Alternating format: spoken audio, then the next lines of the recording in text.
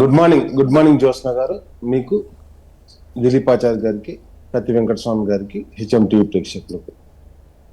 Madam, ఇక్కడ ఒక 2-3 అంశాలు అంటే కూలంకషంగా చర్చించేటప్పుడు, ఒకటి, మనం తీసుకొచ్చినటువంటి జీవో కోర్టు కొట్టివేసిందంటే, జీవో ఇది కొట్టేసింది బిల్లును కాదు, ఆర్డినెన్స్ ఇక్కడ ప్రధానంగా. ఇప్పుడు జీవో కంటే ముందు బిల్లు తీసుకురావడం జరిగింది, జీవో కంటే ముందు ఆర్డినెన్స్ కూడా తీసుకురావడం జరిగింది. తీసుకొచ్చిన క్రమంలో బిల్లు ఈరోజు రాష్ట్రపతి దగ్గర పెండింగ్ ఉంది, ఆర్డినెన్స్ గవర్నర్ దగ్గర పెండింగ్, అయినా కానీ జీవో తీసుకురావడం జరిగింది. ఓకే, జీవో తీసుకొచ్చారు. జీవో తీసుకొచ్చినప్పుడు ఇంతకుముందు ఒక కామెంట్ చేశారు, నేను కామెంట్లకు పోదలుచుకోలే. బట్ నేనేమంటున్నానంటే, ఒకవేళ బెంచ్ మనకు ఇష్టం లేనప్పుడు నాట్ బిఫోర్ అనే ఆప్షన్ కూడా మనకు ఉంటుంది. నాట్ బిఫోర్ ఆప్షన్ తీసుకున్నప్పుడు ఆ జడ్జి దగ్గర నుంచి వేరే జడ్జికి ట్రాన్స్ఫర్ అవుతుంది. కాబట్టి జడ్జి అంటే బెంచ్ ఏ బెంచ్ అనే దాని డిసిషన్ కూడా రాష్ట్ర ప్రభుత్వం తీసుకోవచ్చు, ఒక అంశం. రెండో అంశం ఏంటంటే, ఈరోజు మరి బిల్లు తీసుకొచ్చినప్పుడు అన్ని ప్రభుత్వాలు కూడా, ఎందుకంటే గతంలో ఏ రాష్ట్రాల్లో, తమిళనాడులో కావచ్చు, మహారాష్ట్రలో కావచ్చు, బీహార్లో కావచ్చు, వివిధ రాష్ట్రాల్లో జరిగినటువంటి జీవోలు, ఆర్డినెన్సులు, బిల్లులు, ఈ అంశాలన్నీ కూడా సమగ్రంగా కాంగ్రెస్ పార్టీకి అవగాహన ఉన్న క్రమంలో అయినా కానీ మేము జీవోతోటి ఎలక్షన్లకు పోతాను ఎలక్షన్ కమిషన్కి సబ్మిట్ చేసి గ్రామాలలో అంటే ఎలక్షన్ ఒక మొహల్ను సృష్టించడానికి ప్రయత్నం చేసి, అంటే ఇక్కడ ఏం జరుగుతుందంటే కూడా మొత్తం కూడా అభివృద్ధి గురించి మాట్లాడుకోకుండా, లేదా సంక్షేమం గురించి మాట్లాడుకోకుండా, కాంగ్రెస్ పార్టీ ఇచ్చినటువంటి హామీల గురించి మాట్లాడుకోకుండా నిరంతరం ప్రజలను పక్కదారి పట్టేయడానికి కాంగ్రెస్ పార్టీ ఒక కుట్ర. ఈరోజు మనం ఒక నెల రోజులుగా ఏం మాట్లాడుకుంటున్నాం, ఈ జీవో గురించే మాట్లాడుకుంటాం, బిఫోర్ ఫెస్టివల్, ఆఫ్టర్ ఫెస్టివల్. ఎందుకంటే మొన్నటిదాకా యూరియా కష్టాలు ఉన్నాయి, ఆ యూరియా కష్టాలు మర్చిపోవాలంటే ఇంకో కష్టాన్ని తీసుకొచ్చి ముందట పెట్టాలి. అంతే తప్పితే నిజంగానే మీకు చిత్తశుద్ధి ఉంటే ఈరోజు 2 సార్లు మీరు ఢిల్లీకి పోయి ధర్నా చేశారు ముఖ్యమంత్రి గారు ఆధ్వర్యంలో. ముఖ్యమంత్రి గారు కావచ్చు, మొత్తం మంత్రిమండలి కావచ్చు, మొత్తం అందరు కలిసిపోయి ధర్నా చేశారు. మీ ధర్నాకు కనీసం రాహుల్ గాంధీ అటెండ్ కాలేదు, ఖర్గే అటెండ్ కాలేదు, సోనియా గాంధీ అటెండ్ కాలేదు. మరి ఎవరు అటెండ్ కాకుండా బిల్లు రాష్ట్రపతి ఆమోదం ఎట్లా పొందుతుంది? ఇప్పుడు ఈ రాష్ట్రంలో చేయాల్సినటువంటి అన్ని పార్టీల బాధ్యత మేమందరం చేపట్టడం జరిగింది. అది మేనిఫెస్టోలో మీ బాధ్యతేనా, ఏదైతే కాంగ్రెస్ పార్టీ బాధ్యతేనా, ఆ మేనిఫెస్టోను కూడా మేము తీసుకొని దాంట్లోంచి మీరు తీసుకున్నటువంటి చర్య బీసీలకు సహాయం చేస్తామని చెప్పేసి ఆ చర్యను మేమందరం కూడా బిల్లుకు సంపూర్ణ మద్దతు తెలిపినాం.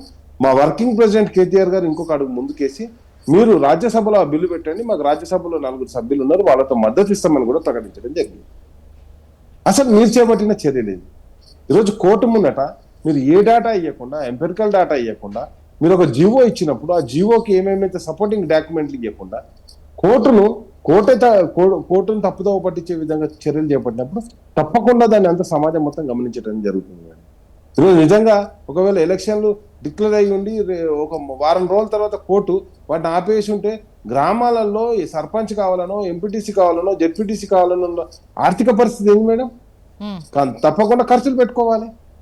ఆ ఖర్చు పెట్టుకున్నప్పుడు ఈ పార్టీ ఆ పార్టీ అని కాదు, అది కాంగ్రెస్ పార్టీ అయినా, బీఆర్ఎస్ పార్టీ అయినా, బీజేపీ పార్టీ అయినా, ఎవరికైనా కానీ భారమే కదా మేడం.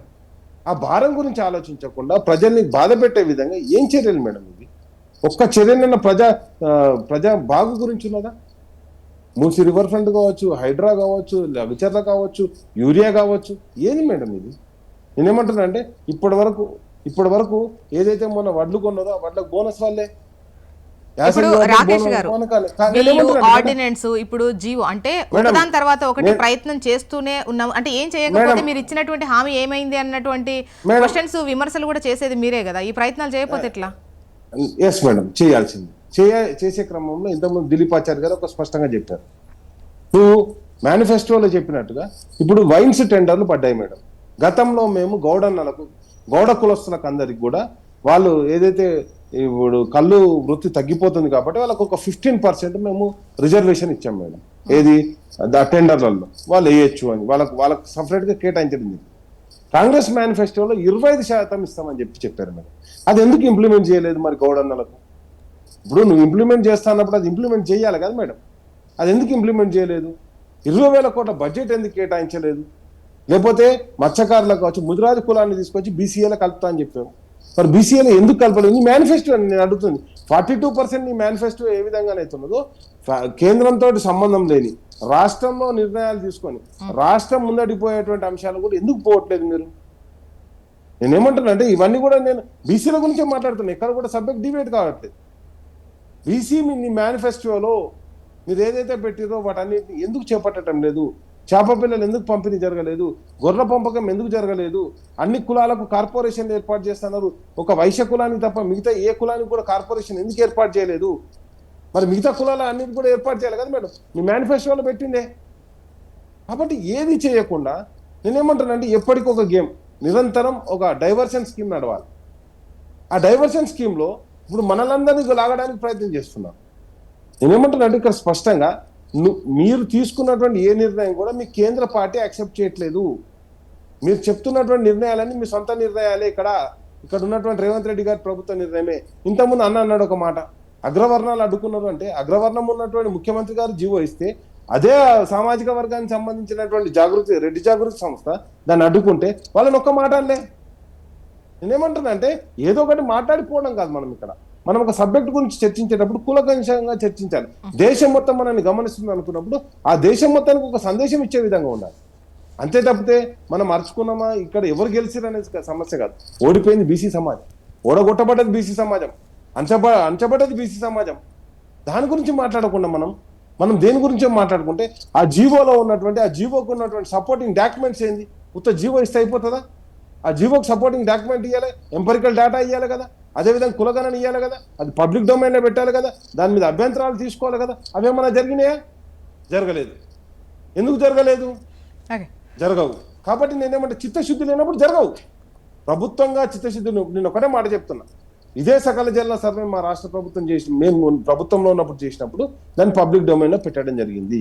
పబ్లిక్ డొమైన్లో పెట్టడం కాదు, ఆ డొమైన్ తోటే ఆ డేటా తోటే మేము జీవో కూడా ఇష్యూ చేసినాం. అయినా కానీ కోర్టులో నిలబడలేకపోయింది. అన్నా 2018 జీవో ఇచ్చినాం. నీకు జీవో కావాలంటే జీవో ఇస్తాను. ఎవరు అన్నా సారీ అన్నా, నీకు అన్న ఒక నిమిషం దిలీప్ అన్న 1 మినిట్. నేనేమంటున్నా, అరే 1 మినిట్ ఆగన్నా. నువ్వు ప్రభుత్వంలో ఉన్నావు, నువ్వు ఇప్పుడు అసెంబ్లీలో జరిగిన చర్చలో మీరు వినకపోతే దానికి నేనేం చేయలేను. మేము ఆల్రెడీ సకల జల సర్వే పబ్లిక్ డొమైన్ లో ఉందంటే 1 మినిట్ అన్న, నేను ప్రభుత్వంగా చేసిన డేటా నేను పార్టీగా చేయలే, బీఆర్ఎస్ పార్టీగా చేయలే. నేనేమంటానంటే ఆ డేటా మీ దగ్గర ఉంది.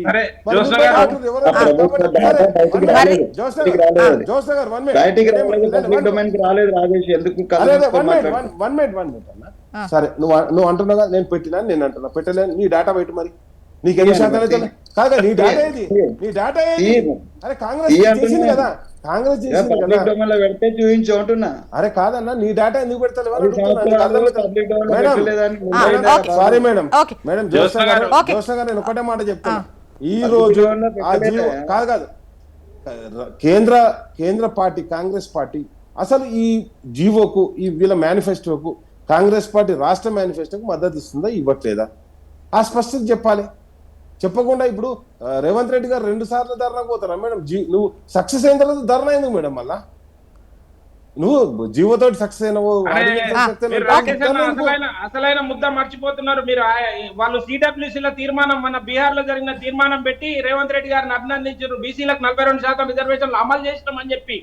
అరే కరెక్టే అన్న, దానికి పార్లమెంట్ లో కూడా మాట్లాడాలి కదా. పార్లమెంట్ 42% రిజర్వేషన్లు రోల్ మోడల్ గా అమలు చేసేసిరట. 2005 అభినందిస్తూ తీర్మానం చేసింది సిడబ్ల్యూసీ.